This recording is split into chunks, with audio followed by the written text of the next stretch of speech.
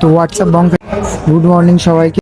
অবশেষে 2 দিনের ট্রেন জার্নির পর আজকে ফাইনালি আমরা নামতে চলেছি। আমাদের একটু পরেরই স্টেশন আছে জম্বুকাতাবাই, আর আমাদের সকাল হয়ে গেছে। সকালে এখানে আমাদের ব্রেকফাস্ট কমপ্লিট করলাম আমরা ট্রেনের মধ্যে। এইখানে খাওয়া দাওয়া চলছে, এখানে সবাই একসাথে খাওয়া দাওয়া হচ্ছে। যেহেতু আমাদের ট্রেন জম্বুতাবাই, তো এখান থেকে আর একটা স্টেশন পরেই জম্বুতাবাই, এখান থেকে আমরা নামবো, দেন এখান থেকে আমরা বেরোবো। আর সত্যি কথা বলতে এতটা সুন্দর ভিউ, কাশ্মীরে ঢোকার সঙ্গে সঙ্গে একটা যেন আলাদাই অনুভূতি, একটা আলাদা ফিলিংস কাজ করছে। কাশ্মীরের সৌন্দর্য যেন একটা আলাদাই উদ্মুগ্ধ পরিবেশ এনে দিচ্ছে। আর মাত্র 1 ঘন্টা, তারপরে এখান থেকে আমরা নামবো। তো ফাইনালি এতক্ষণ ট্রেন জার্নির পর আমাদের গন্তব্য স্টেশন জম্মু তাওয়াই আমরা নেমে পড়েছি। আর সত্যি কথা বলতে এতক্ষণ ট্রেন জার্নির পর যখন ডেস্টিনেশনটা আসে, তখন একটা আলাদা অনুভূতি কাজ করে। এতদিনের ক্লান্তি, এতদিনের একটা জার্নি, সব কিছু এসে যেন এখানে শেষ হয়েছে।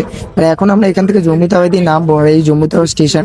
আর তোমরা যারা অমরনাথ ট্রেকিং করতে চাও, অমরনাথ যাত্রা করতে চাও, অবশ্যই তোমাদেরকে পারমিট করতে হবে। তো জম্মু তাওয়াই নেমেই তোমাদের এখান থেকে আগে যাত্রা পারমিটটা বের করতে হবে।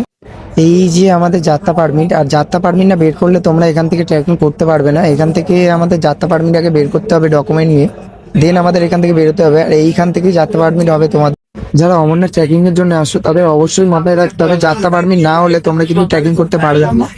তো অবশ্যই তোমাদের আগে এখান থেকে যাত্রা পারমিটটা বের করতে হবে, দেন এখান থেকে তোমাদের বেরোতে হবে।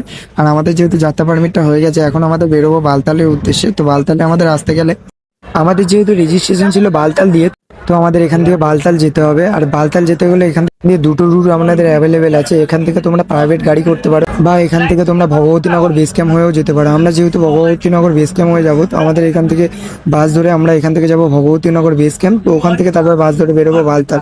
আমাদের এখান থেকে বাস ছেড়ে দিয়েছে, আর এটা ছিল আমাদের ভগবতীনগর বেস ক্যাম্পের বাস। এখান থেকে আমরা যাবো ভগবতীনগর বেস ক্যাম্প। কাশ্মীরের সেই সুন্দর ভিউ দেখতে দেখতে আমরা এখন বাসে করে যাচ্ছি ভগবতীনগর বেস ক্যাম্প। আর আপনারা শুধু ভিউটা দেখুন জাস্ট।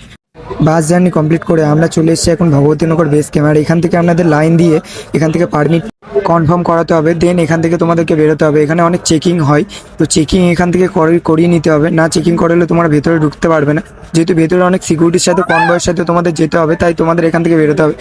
হর হর মহাদেব, হর হর মহাদেব। মহাদেবের নাম নিয়ে আমরা এখান থেকে যাচ্ছি ভগবতীনগর বেস ক্যাম্প। আর এই যে ভগবতীনগর বেস ক্যাম্প তোমরা দেখতে পাচ্ছ, এখানেই আমাদের আজকে রাতটা স্টে করতে হবে। দেন আমরা এখান থেকে বেরোবো পরের দিন সকালবেলা ভোর 3টের বাসে বালতালের উদ্দেশ্যে। তো পুলিশটা ওখানে আমাকে বলছিল যে ভিডিও করছো বলে আমাদের দিকে দেখে হাসছিল। আর এখানে আপনাদের চেকিং করাতে হবে, আমাদের পারমিটটাকে এখানে শো করাতে হবে, দেন এখান থেকে আমাদের বেরোতে হবে। আর এখানে ব্যাগটা তো আপনাদের চেকিং করিয়ে নিতে হবে অবশ্যই। ব্যাগটা চেকিং করিয়ে আমরা ঢুকে গেছি এখন ভগবতীনগর বেস ক্যাম্পে। আর এখান থেকে আগে আমাদের বাসের টিকিটটা কাটতে হবে, দেন আমাদের এখান থেকে একটা রুম বুক করতে হবে। রুম বুক করে তারপরে আমাদের যেতে হবে। এই যে দেখতে পাচ্ছ ভগবতীনগর বেস ক্যাম্প। আর এখানে আপনাদের রুমটা আগে বুক করে নিতে হবে। আমাদের রুমটা বুক করা হয়ে গেছিলো, আর বাসও বুক করা হয়ে গেছিলো। আর এর মধ্যে তোমরা অনেক লঙ্গর পেয়ে যাবে, যেখান থেকে তোমরা খাওয়া দাওয়া পেয়ে যাবে।